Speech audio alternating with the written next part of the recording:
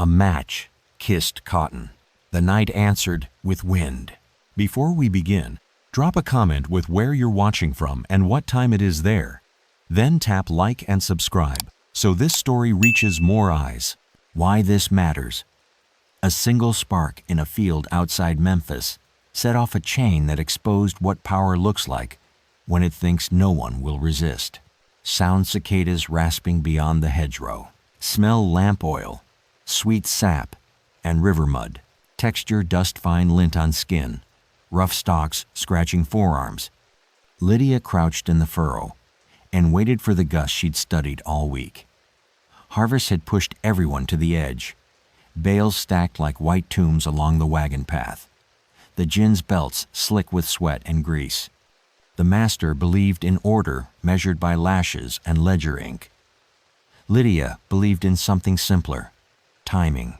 On a late September night in the 1850s, just after 9 p.m. by the cracked parlor clock, the first flame took.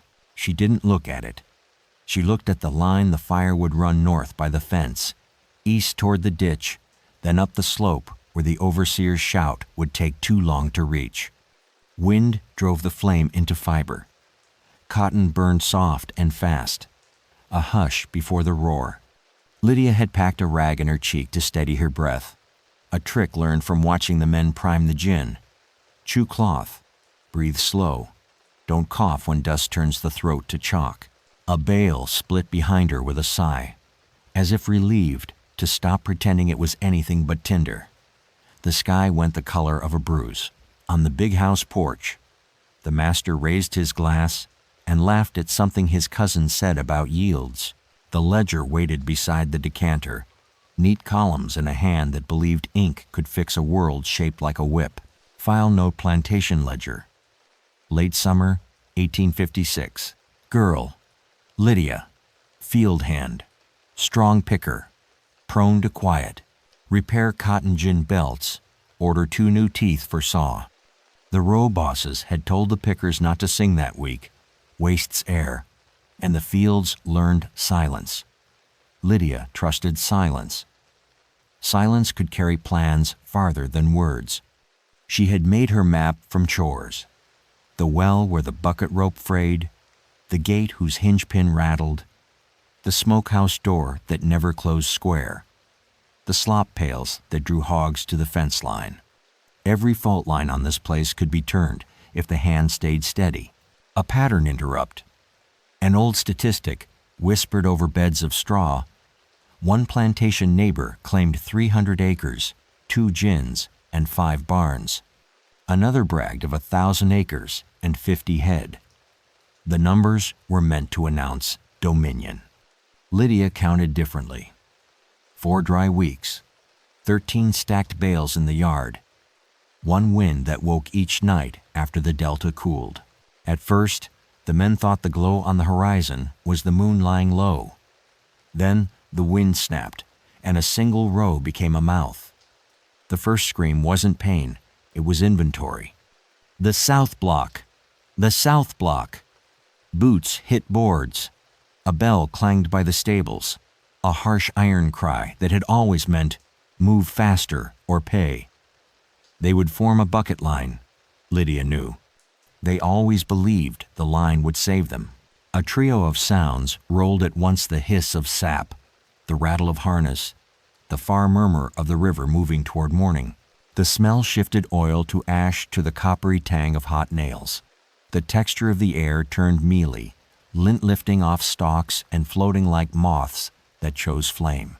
Lydia moved along the shadow of the fence, small and fast, the way girls moved when called to carry water and asked to be invisible. She wasn't invisible. She was smoke-colored.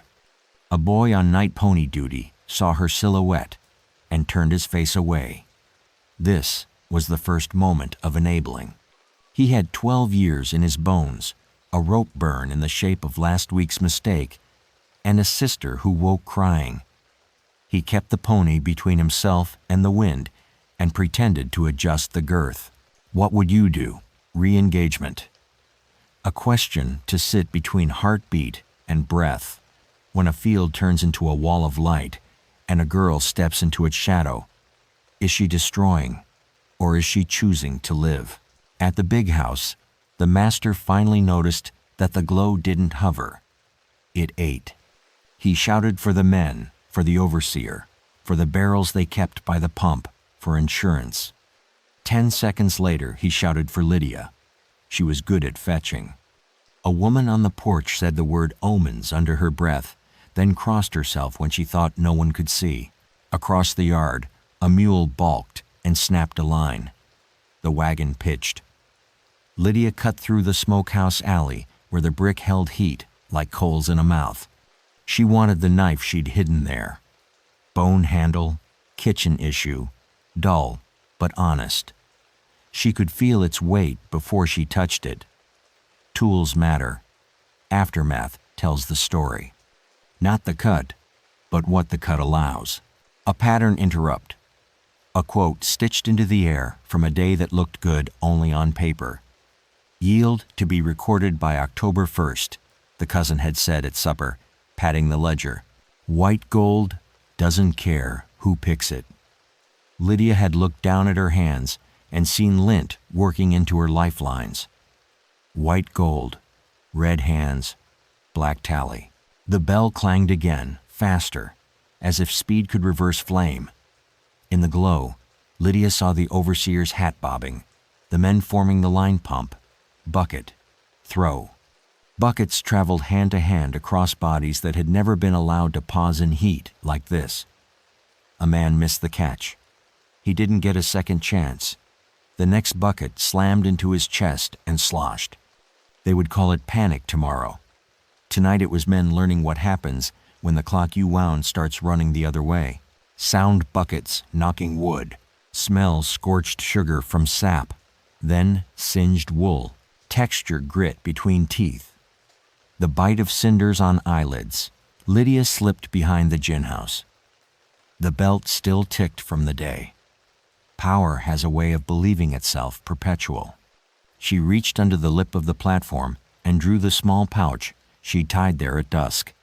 Flint, oiled rag, a pinch of stolen lamp powder. She didn't need it now. The field had become its own matchbook, but she took the pouch anyway. Plans deserve completion. She saw the master then coat off, shirt sleeves rolled, rings catching firelight. He shouted her name again and raised a hand that had never learned how to carry anything heavier than expectation. Behind him, the cousin gathered papers, the only buckets he understood. Lydia stepped into the penumbra where lantern light met smoke. A mule's scream cut through the yard. The animal had backed into a low fence and wedged itself. 2 men ran past Lydia to the mule, and in their passing she felt their choice like a cold thing. Save the animal. Ignore the girl. Bystanders, enabling horror is never only about fear. Sometimes it is about habit. A primary source echo hung in Lydia's head, though she never saw the page. Parish notice. Posted near the river landing. Mid-autumn, 1856. Reward for information on incendiaries. Rumors of agitation are unfounded. The master reached the pump and cursed the slow draw. Faster, he barked. The boy with the pony looked at Lydia again, and then at the ring of buckets in flame. He guided the animal away, a small defiance that would read in a kinder world as rescue. Re-engagement spike. If the fire forced every person here to reveal their first instinct, who would surprise themselves? The wind shifted hard, knocking lantern light sideways. The blaze licked forward across a ditch that men swore would hold back anything. Cotton doesn't argue. It takes.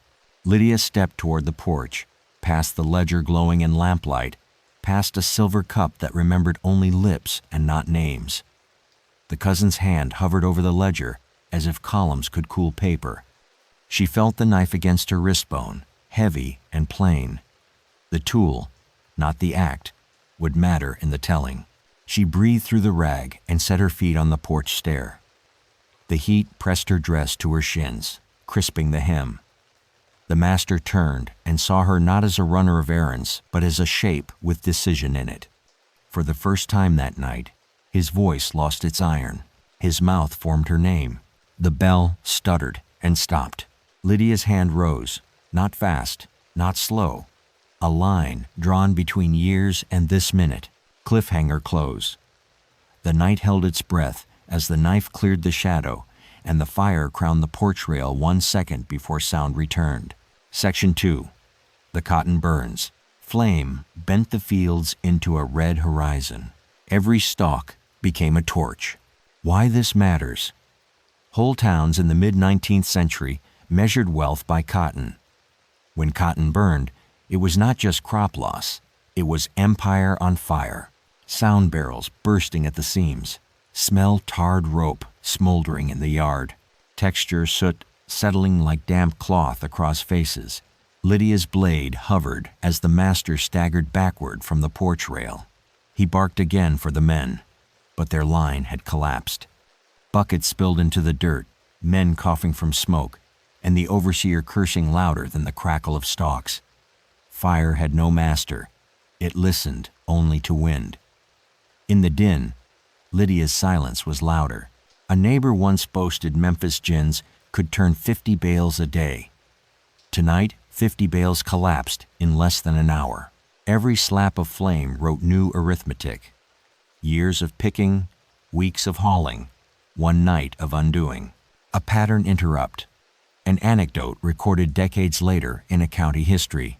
The smoke that autumn was seen, as far as the riverboats. Captains wrote of a glow south of Memphis that looked like the horizon itself aflame. Memory carries farther than fences. The master, still clutching his glass, shouted Lydia's name in a register that confused command with fear. His cousin dropped the ledger in panic, pages scattering like pale moths. Lydia took the moment. She gripped the knife by bone handle, not for spectacle, but for certainty. Tools shape choices, choices echo. She moved through heat that danced like sheets on a line. A woman by the pump screamed for her child. The child clung to her skirts and stared at Lydia, eyes wide, seeing a servant turn silhouette against fire. The woman yanked her child close and looked away. Another enabling. Another silence. What would you do? The overseer charged toward the porch, arm raised, hand already coiled into fist. He never reached her. The rail gave way, softened by flame. He stumbled into smoke, coughing, blind. No one helped him. Not because they chose Lydia's side, but because they chose their own air. Sound crickets silenced. Smell molasses thickened into tar as barrels burst. Texture ash flaking, like dried skin against forearms. Lydia's strike came not in frenzy, but in measure. The aftermath was what mattered. The glass falling, shattering against steps, the rings tumbling into embers. He had once boasted each ring was worth a picker's life. Tonight they melted to slag. She stood over him, blade low, breath steady. She didn't raise her voice. She didn't need to. A boy near the stables saw it. He froze, rope slack in his hand. He whispered to the mule, "Don't look, don't look," as if an animal could unsee truth. He would remember, but he would never speak. In later years, when asked why the mule bore a scar on its flank, he'd say nothing about flame, only accident. Denial is easy language. A pattern interrupt, numeric anchor. County tax rolls from 1855 listed this plantation as producing nearly 300 bales in a single season. That same number 300 was spoken the next morning to describe the acres lost to fire. The cousin tried to flee, clutching papers to his chest. Lydia watched him run into smoke, and the smoke took him. No one saw him again. Some claimed he drowned in the river, trying to escape. Others whispered he staggered into town, blackened with soot, begging for water, only to vanish before dawn. Rumors multiply when silence is cheaper than truth. Re-engagement spike. Is destruction always chaos? Or can it be precision, each stalk, each ledger, each breath counted before the strike? The wind pushed flame toward the gin house. The belts slapped once, twice, then snapped. A roar followed, as if the machine itself refused to be witness any longer. Sparks leapt into the night sky, carried by draft across fields, across fences, toward roads. Travelers on the river road turned their heads, whispering of a firestorm. Some swore they heard hymns in the crackle. Others said it was screaming. Memory chooses what it can bear. On the porch, Lydia stepped away from what she had done, not fast, not slow, each step like punctuation. Behind her, the master's body stilled. Ahead, the yard swarmed with heat, confusion, and disbelief. The bell that had rung so loud now hung silent, cracked from the heat. Sound silence after iron. Smell burnt cotton, sweet and nauseous. Texture earth under bare feet. Hot and soft, she looked once at the horizon. The fire's glow had reached miles. Riverboats drifting past Memphis would carry the story whether they meant to or not. Cotton was burning, and cotton was power. The empire would taste smoke before morning. Cliffhanger close. Lydia's gaze shifted from the porch to the dark edge of the yard, where beyond the flames waited not freedom yet, but questions she had prepared for years: where to run, who would speak, and who would pretend they saw nothing at all. Flame wrote its map across the horizon.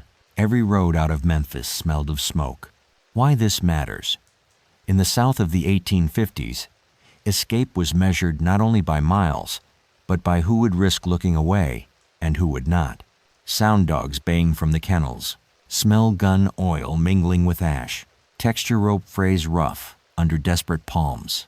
Lydia stepped from the porch, her dress hem curling with soot. Behind her, the house crackled. Ahead, the fields roared like surf. She knew the fire was both cover and danger. Smoke hid her, but it also announced her. Neighbors could ride out, pistols ready, under the banner of protecting property. She moved anyway, shadow among shadows, knife still in hand. A pattern interrupt. A line from a Memphis newspaper, dated late September 1856. A great light was seen south of the city, believed to be the burning of barns. Citizens rode to investigate, but were forced back by heat. Heat kept pursuers at bay. For the first time, heat was her ally.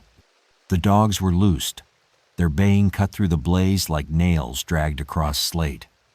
Lydia knew their pace, their hunger.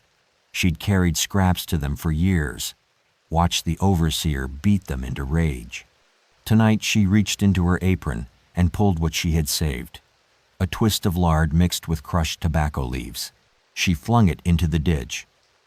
The first two hounds dove in, gagging, jaws slick. The others veered, confused. Seconds bought with foresight. She reached the wagon path. The soil still radiated heat from rolling wheels. A barrel had burst nearby, oil pooling, fire crawling at surface. She leapt over it, feet bare, skin blistering. On the far side, the trees began the start of the woods she had studied like scripture. Sound shifted here. Cicadas shrilled, frogs croaked. But behind them came hoofbeats. Men had mounted. Their voices, coarse and hurried, split the smoke. Re-engagement spike. What would you risk if every shout behind you carried both whip and pistol? At the creek crossing, she paused. Water shimmered with reflected flame, hot but moving. She waded in, knife high, dress dragging like chains. The mud sucked her steps. She thought of other crossings, times she had fetched water here, while men watched. Now the water was witness, not chore. She smeared mud across her arms to mask scent. The dogs would struggle. Sound splash of hooves striking shallow. Smell algae scorched to bitter steam. Texture reed stalks slick between fingers. Her grip finding balance. She crouched low in cattails as riders passed. One shouted, "She's headed north." Another replied, No, the river, always the river. They galloped on, blinded by their own certainty. She waited. Breath slowed. Cicadas filled the silence. A pattern interrupt numeric anchor. Tennessee patrol records show that in 1856 alone, more than 40 notices of fugitives were posted in Shelby County. Each promised reward. Each described scars like trophies. None described the fire. Lydia slipped from reeds and followed the bank downstream. The current whispered promises of the Mississippi, but she didn't trust them yet. Too many patrols. Too many ferries run by men who looked for coin over conscience. Instead, she aimed for the cypress grove 2 miles east, where the ground dipped and voices didn't carry. Halfway there, she heard hymns. A small cabin, its door cracked, voices rising against the blaze's glow. A prayer circle. Neighbors huddled, pleading for rain. She paused in the shadows. Through the gap, she saw faces upturned, eyes shut tight, hands clutched. None of them moved to help the figure slipping by. They saw her. They looked away. Bystanders enabling horror isn't only inaction, it's survival dressed as piety. What would you do? She pressed on, knife slick with dew.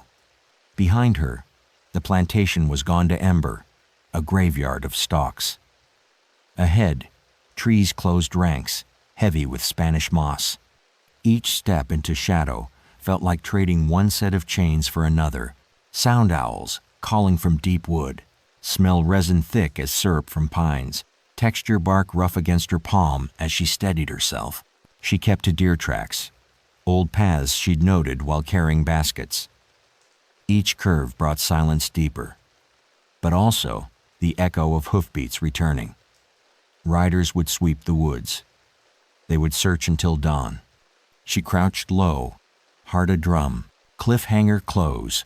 From the shadows ahead came not hoofbeats, but a lantern swinging too low for a patrol, too steady for chance. A figure waited at the grove's edge. Friend or trap, she couldn't yet tell. Lantern light bobbed like a will-o'-wisp. Every flame could mean rescue or betrayal. Why this matters? In a world where every road was watched, survival hinged not only on courage, but on who dared to risk their own skin to help. Sound branches creaking under night wind. Smell pine pitch, dripping hot onto leaves. Texture moss damp against her forearm. As she crouched, Lydia pressed deeper into shadow. The figure by the lantern shifted, deliberate, not searching but waiting. He wore a coat too heavy for the heat, hat brim low. When he raised his hand, it was not in threat, but in signal, 2 fingers to lips, then downward. Silence. She hesitated. Years of training had taught her that hesitation cost. But the fire still lit the sky behind, and hoofbeats swarmed nearer. Choice was no longer luxury. She stepped closer, knife loose at her side. The man whispered, "Not safe here. Move." His voice was low, steady, carrying cadence of someone used to both command and secrecy. He did not name himself. He did not ask hers. He turned, lantern swinging, leading toward the thicket. Lydia followed, though every step tasted of risk. Pattern interrupt an archival scrap. Memphis Circuit Rider's Diary. Autumn 1856. The night was red as Egypt's plague. Some whispered slaves did it. Others said lightning. But I heard a girl's name carried in smoke. Lydia. The stranger moved fast through undergrowth, his boots sure on deer paths. He knew the woods. At a hollow, he doused the lantern with a hiss and knelt. "Dog soon," he said. Lydia crouched beside him, breathing through cloth rag, still stained with ash. Her chest heaved, but she forced silence. He pulled a small vial from coat camphor oil. He smeared it along tree roots, masking scent. The hounds would balk. Sound, distant barking. Then confusion as trails split. Smell, sharp camphor, overwhelming even smoke. Texture, damp soil, cooling her blistered feet. He looked at her once, sharp. You started it. Not accusation. Statement. She did not answer. Her silence was answer enough. He nodded, as though tallying courage. You're not the first, he murmured. But maybe you'll be the last to burn fields. Re-engagement spike. Was he helper, conspirator, or opportunist hoping to trade her life for reward? Hoofbeats clattered past on the ridge. A rider shouted, "Search the creek! She'll take Water Road!" Another voice cursed, furious.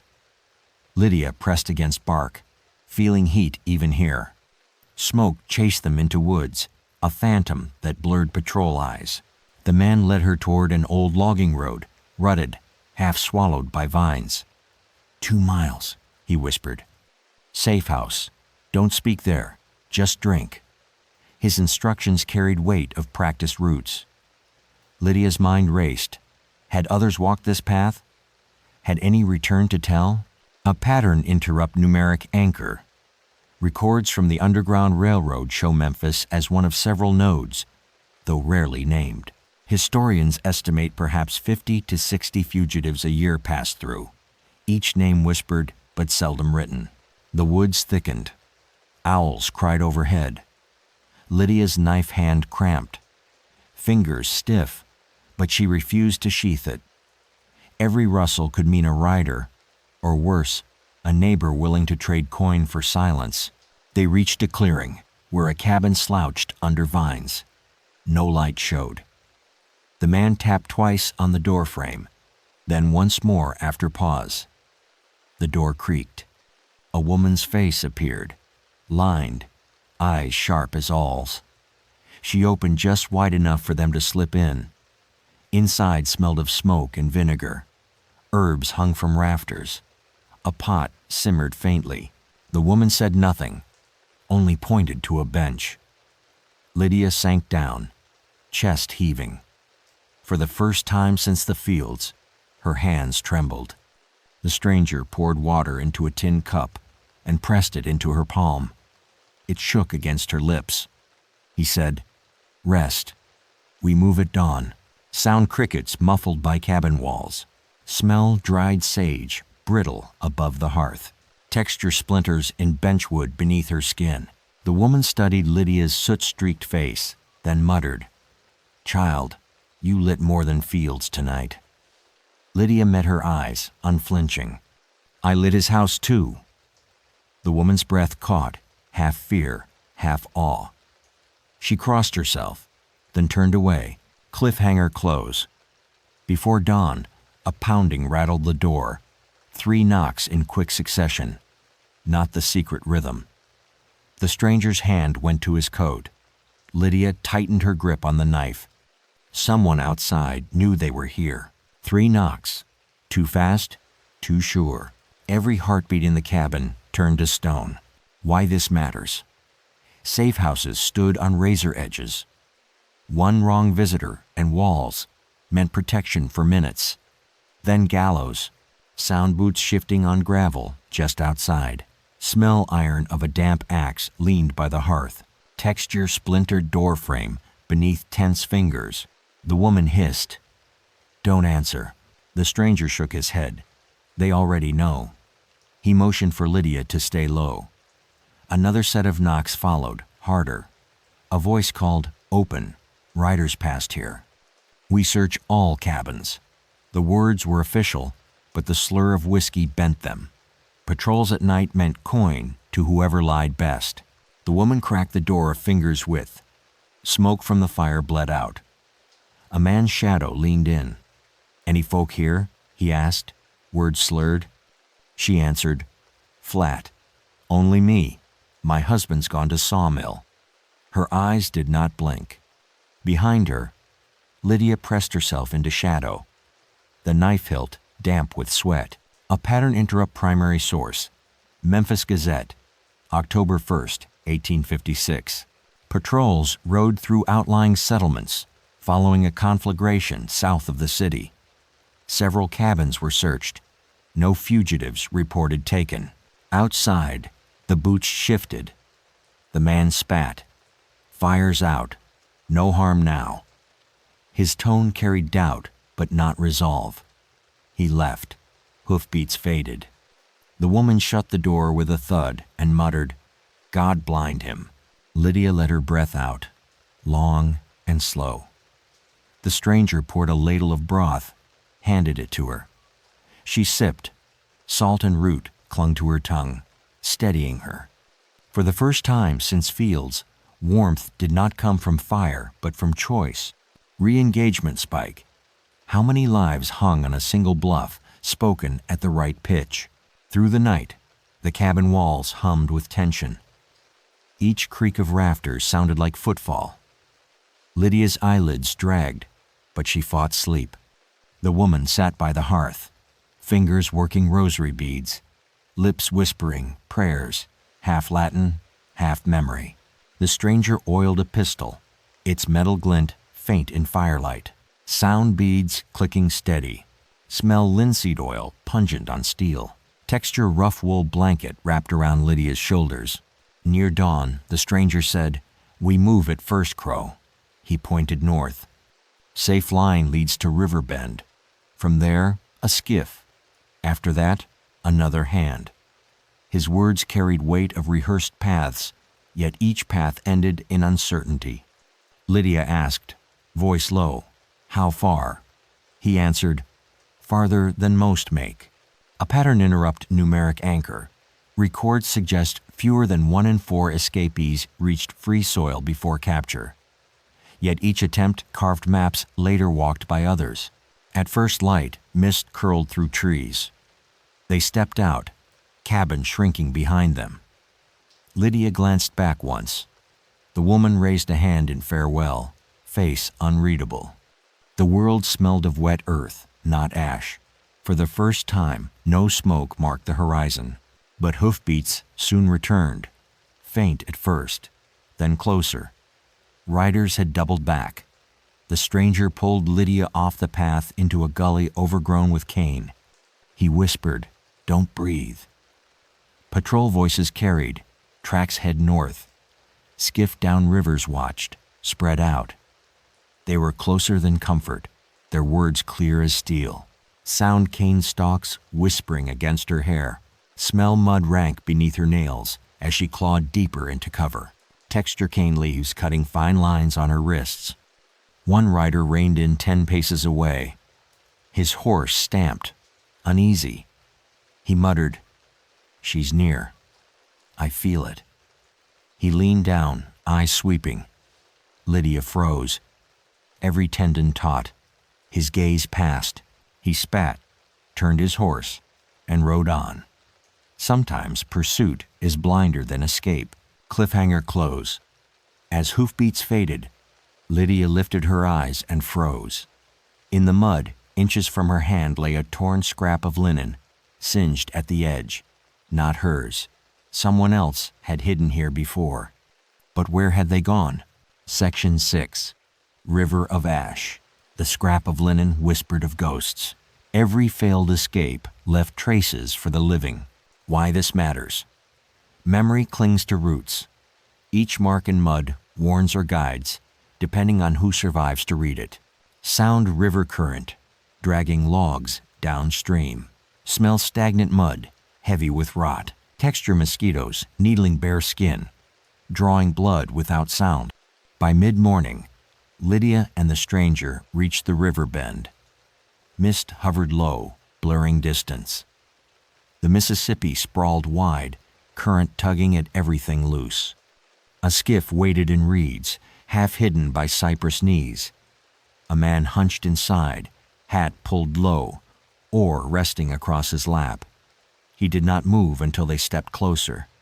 Then he said, "Two?" The stranger nodded.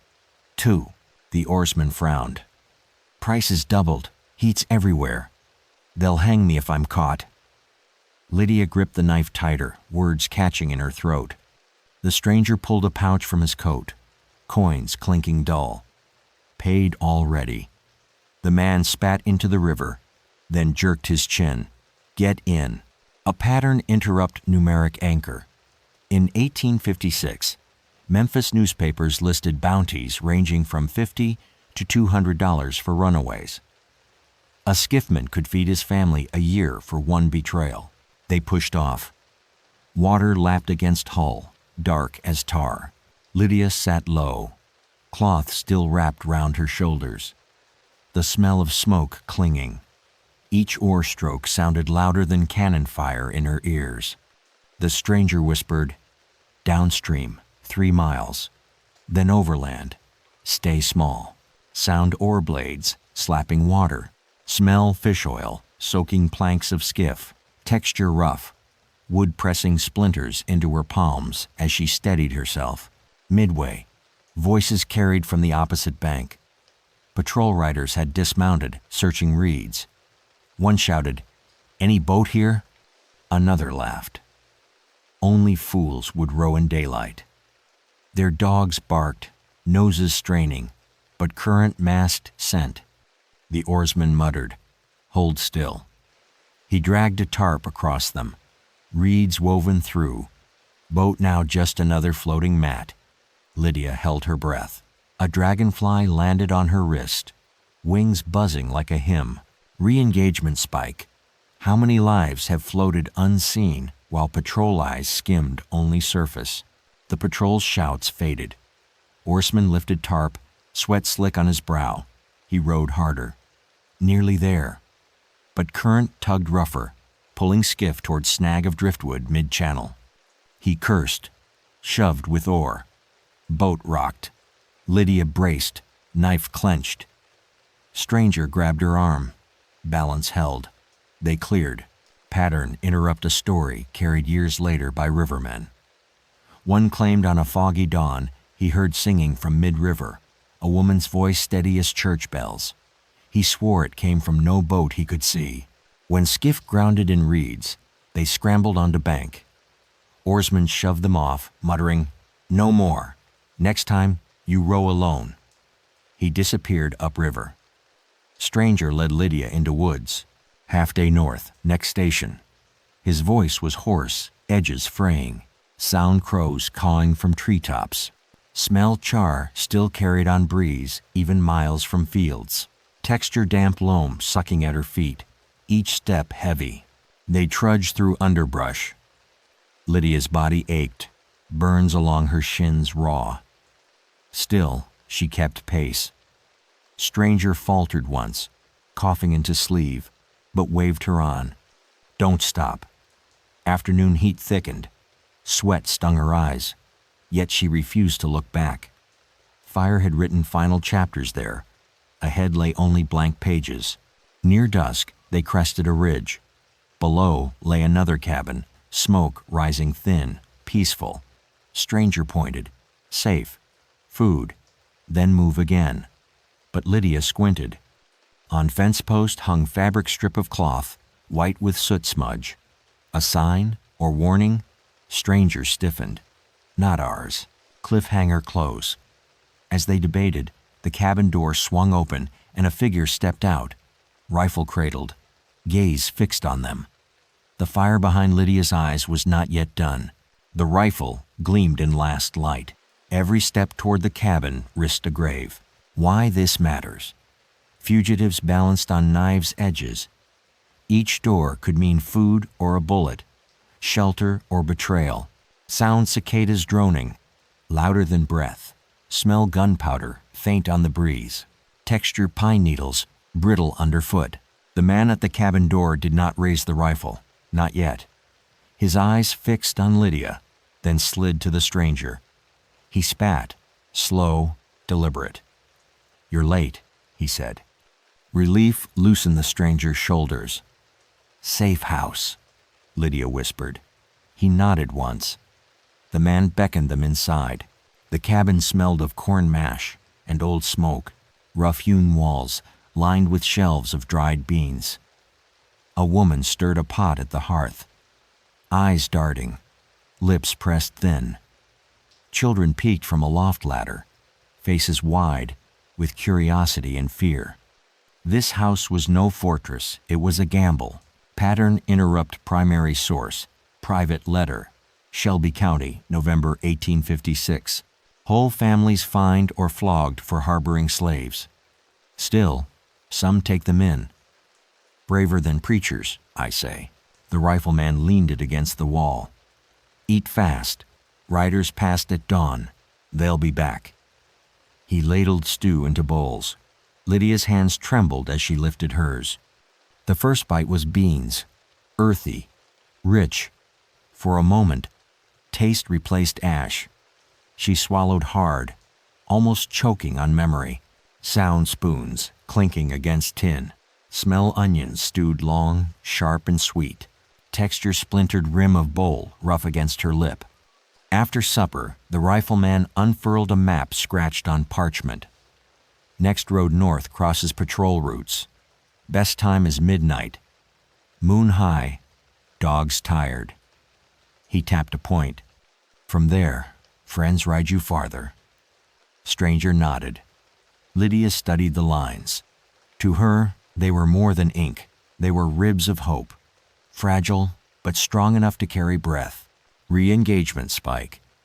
How many hands, how many quiet rooms does one life require to move 3 miles? Night deepened. Children upstairs whispered questions. The woman hushed them with lullabies, voice shaking. Lydia lay on pallet by the hearth, knife still clutched. Sleep pulled at her, but every creak of floorboards jolted her awake. Stranger dozed in chair, pistol across knees. Pattern interrupt, numeric anchor. Historians estimate perhaps 100,000 enslaved attempted escape in the decades before war. Only a fraction reached lasting safety. Each was a needle, through a fabric stitched tight with fear. Close to midnight, hoofbeats echoed faintly beyond ridge. Lydia sat bolt upright. Rifleman doused lantern. Cabin froze. Riders' voices drifted. Smoke still in the air. Search all farms. Another answered. Fields downriver burned too. Some say more fires coming. Horses stamped. Then silence. Sound distant hoot of owl. Smell fear, thick as sweat inside cabin. Texture earth floor cool against Lydia's palm as she braced herself. The riders did not knock. They passed on, swallowed by trees. The cabin exhaled relief, like lungs unclenched. Stranger said, "We go. Now." He gripped Lydia's shoulder. "No more waiting." She nodded. They stepped out into moonlight, shadows long across clearing. Air crisp, carrying scent of distant embers. Each step away from cabin felt like tearing stitches in cloth woven of silence and risk. Cliffhanger close. As they reached the tree line, a lantern flared ahead, swinging wildly, not steady like a guide. A patrol. The path north was already watched. Lantern light slashed the tree line. Every escape narrows to one final choice. Why this matters? Freedom often came not by distance alone, but by daring to gamble everything in the last mile. Sound branches snapping under boots. Smell kerosene sharp from patrol lamp. Texture damp earth, trembling with hooves waiting unseen. The patrol's lantern swayed. Closer. Voices following. "Tracks here," one man shouted. Stranger pushed Lydia back into shadow, hand steady on pistol. "They'll shoot," he whispered. She shook her head. "They'll never stop." Her knife gleamed faint. Smoke still clung to her skin. A second cloak. They broke cover. Lydia sprinted left toward creek bed. Stranger firing once. Echo booming across woods. Patrol horses shrieked, rearing. Lantern dropped, flame scattering sparks. In the confusion, she plunged into mud, water sucking at her legs. Stranger covered, shouting, "Run!" Shots cracked behind her, but trees swallowed sound. She didn't look back. A pattern interrupt county record, redacted after war. Incident of a Negro girl believed to have destroyed cotton crop and murdered owner remains unresolved. Rumors persist she vanished north with aid. By dawn, patrols scoured woods, but no body was found. Only ash footprints led toward river, then stopped. Some swore she drowned. Others claimed she boarded a riverboat disguised as deckhand.